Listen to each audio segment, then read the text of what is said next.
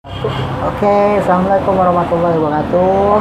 Sekarang kita akan belajar bersama yaitu yang mengenai gangguan jiwa yaitu skizofrenia. Ketika saya kuliah di psikiatri dari karangan Dr. Jusni Ihsan Solihin, SMPKJ, spesialis kesehatan jiwa. Nah, sekarang itu beliau sudah profesor.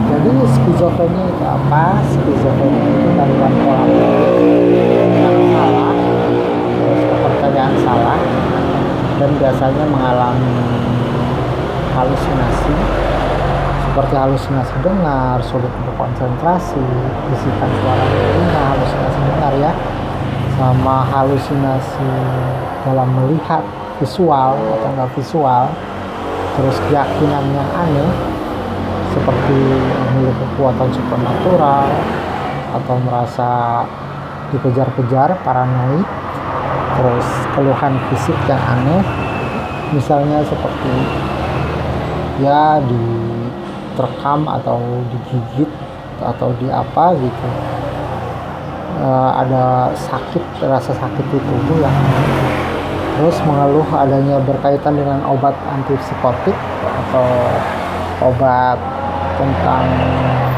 jiwa, obat tentang jiwaan, dan problem juga melaksanakan tugas sehari-hari. Terus apa yang diharuskan untuk keluarga yaitu mencari pertolongan ke psikiatri ya. Menarik diri, perilaku aneh dengan kebersihan yang buruk, higienitasnya buruk, misalkan jarang mandi, jarang melakukan aktivitas kebersihan gitu kan. Terus rambut acak-acakan, siang ini.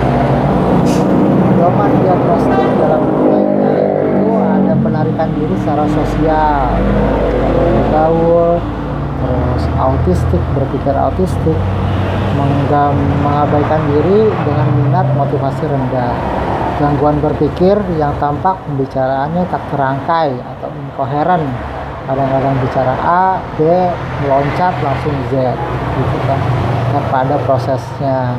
Terus perilaku aneh, agitasi gelisah, halusinasi yang bisa terjadi onsetnya itu sekitar umur 25 tahun atau enggak sekarang itu remaja juga bisa terkena gangguan skizofrenia. Sering membentuk kata-kata baru atau neologisme, tidak dapat dimengerti oleh orang lain, merasa dapat menerima pesan.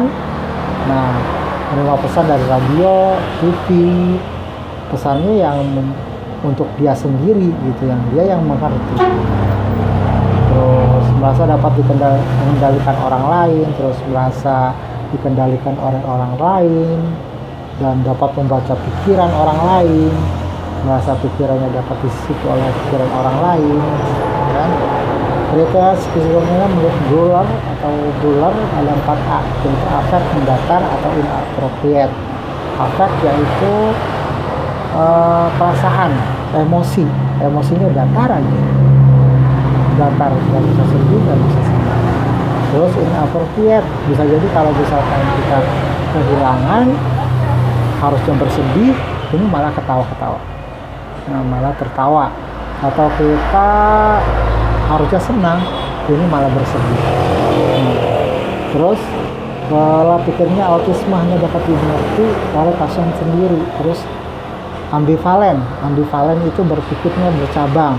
Terus abulia, tidak ada dorongan untuk berbuat sesuatu, atau acuh terhadap siapapun, terhadap stimulasi apapun. Jadi bengong tandanya. Informasi yang perlu untuk pasien, untuk keluarga, perilaku aneh dan agitasi merupakan gejala gangguan jiwa. Gejala ini bisa hilang dan timbul karena pelaku bersiap mengantisipasi kambuhan. Medikasi obat merupakan komponen utama dalam pemulihan. Ia akan mengurangi kesulitan saat ini ataupun mencegah kekambuhan. Pasien membutuhkan dukungan dari keluarga. Ingat ya, dukungan dari keluarga itu perlu, dan keluarga untuk berobat secara teratur, menjalani rehabilitasi yang efektif. Dukungan memang membantu si pasien itu untuk sembuh, untuk jadi sembuh.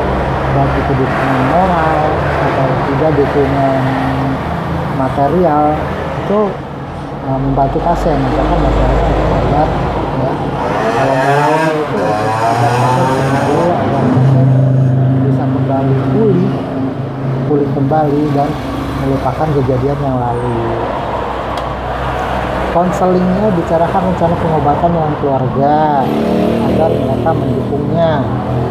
Terus jelaskan bahwa pasien membutuhkan obat untuk mengatasi gejala dan mencegah kambuhan. Misalkan ada gejala cemas, nah kita psikiater biasanya memberikan obat anti cemas. Kok pakai obat sih dok? Sebenarnya dengan ini juga bisa. Obat pun membantu, yaitu sistem hormonal di otak. Misalkan untuk cemas yang merupakan misalkan kecemasan naik, itu kortisol naik, dan obat menurunkan efek kortisol dan menaikkan serotonin. Keluarga membantu mendorong pasien melakukan kegiatan sehari-hari. Pasien diajak terapi kerja, terus membantu sehari-hari, merasa berguna. Itu membawa pengaruh positif pada pasien yang mengalami gangguan skizofrenia. Sarannya sih keluarga itu tidak berargumen bahwa ini kurang ini. Nah, terhadap pikiran pasien, karena mengkritik itu sangat dibenci oleh pasien. Pasien yang terkena skizofrenia, kalau misalkan pasien dikritik, takutnya stimulasinya, responnya itu bisa agresif dan bisa salah ya.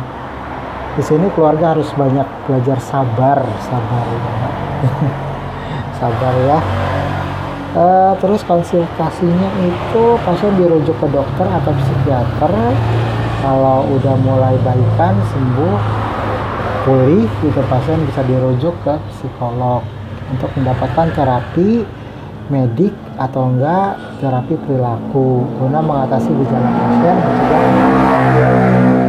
Nah, diberikan juga obat antipsikotik, anti cemas, terus anti gaduh gelisah. Nah, situ. Jadi segitu dulu tentang skizofrenia. Kita nanti mudah-mudahan bisa bertemu kembali. Selamat siang. Assalamualaikum warahmatullahi wabarakatuh. Salam sehat jiwa.